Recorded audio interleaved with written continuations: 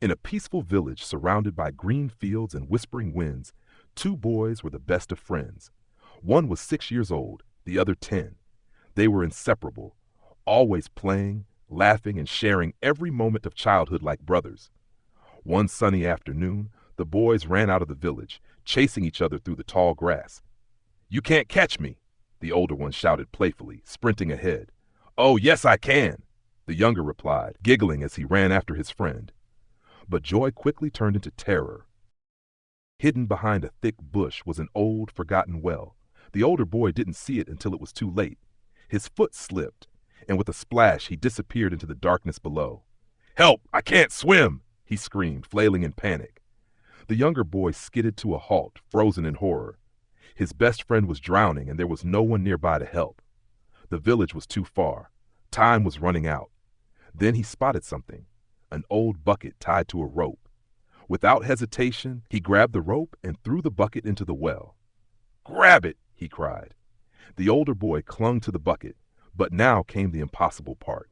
The 6-year-old boy began to pull. His tiny hands burned, his arms shook, his feet dug deep into the dirt. "I won't let go, I won't let go," he whispered to himself through clenched teeth. The rope slipped, his muscles ached, sweat ran down his face. But he didn't stop. He couldn't stop. With one final scream of effort, he pulled his friend out of the well. The two boys collapsed on the ground, gasping for breath. Tears ran down their faces, of fear, of shock, and of relief. "You saved me," the older boy whispered. "Of course I did," the younger replied with a trembling smile. "Who else would I play with if you were gone?" Later they returned to the village, afraid of being scolded, but they decided to tell the truth.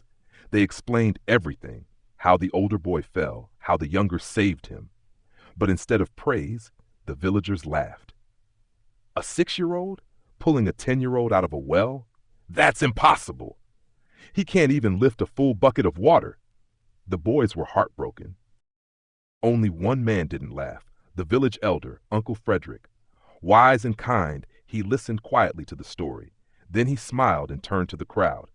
"You're all asking the wrong question," he said. "It's not about how he did it, but why he could." The villagers looked at him, confused. "He did it," Uncle Frederick continued, "because no one was there to tell him he couldn't. No one said he was too small. No one said he was too weak, not even himself." Silence fell over the crowd. Slowly, understanding replaced doubt. Moral of the story: the only limits we have are the ones we believe in. When no one tells you that you can't, you might just find out that you can. Doubt weakens us, but belief makes us strong. So believe in yourself, even when no one else does.